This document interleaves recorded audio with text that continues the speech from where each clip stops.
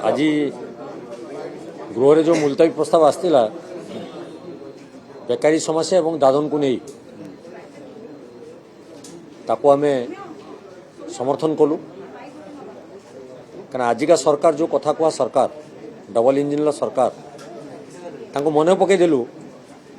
जे निर्वाचन पूर्व जो इस्ताहार से रखी वर्ष को 2 कोटी चाकरी केंद्र सरकार कहते राज्य सरकार कहते वर्ष को 2 लाख चाकरी देवे 6 मास भितर केते चाकरी और केते नियुक्ति देछन से कथा आगे से स्पष्टीकरण दियंतु एवं द्वितीय कोरोना महामारी समय आम जो उपलब्धि करूँ आम राज्य को लक्ष लक्ष संख्यार दादन माने अन्य राज्य प्रत्यावर्तन करुँच जानिलु जे प्रकृतर ओडिशार मानचित्र कौन थी वर्तमान 6 मास सरकार हो सारा जदि कह जाए विगत सरकार या करते से करते विगत सरकार करते आज विरोध अच्छा तमें मैंने सरकार रे थिलो एबे सरकार को आस लोक आस्था भजन नहीं कौन करुच सी उत्तर रख तमें तांको दोष दे गृह फाँकीदेले सारा ओडिशा लोक टिकस पैसा जो गृह चली एटा को केवल साधारण लोक जनसाधारण बर्दास्त करें सबुठार गोटे बड़ स्पर्शकातर कथा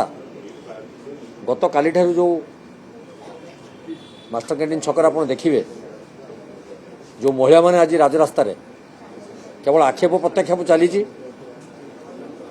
से पूर्वतन सरकार कौन पर सुरक्षा देना से कथा बर्तमान शासक दल मैंने उठे आम कहवा कथा जे जदि माँ माने अतीत सरकार काम करुले तो एबेकार सरकार जदि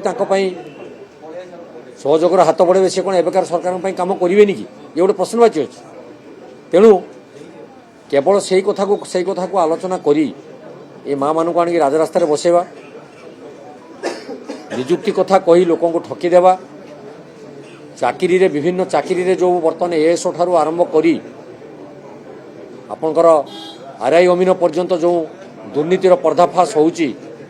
ताकू समीक्षा नकरी शिक्षित बेकारी युवक मानकर भविष्यत को अंधार को ठेलीदेवा ये जो व्यवस्था सरकार अच्छी दयाकु से क्षांतर रही आवश्यकता रही आज कांग्रेस दल तरफ मुलतवी प्रस्ताव अणा जे ओडिशा अंचल खनि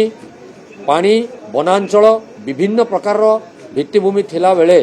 कौन पाई आम अंचल युवक माने जाई दादन खटिया बाहर रही तार उत्तर रखंतु एवं शीघ्र ये समस्यार समाधान करने व्यवस्था करूँ।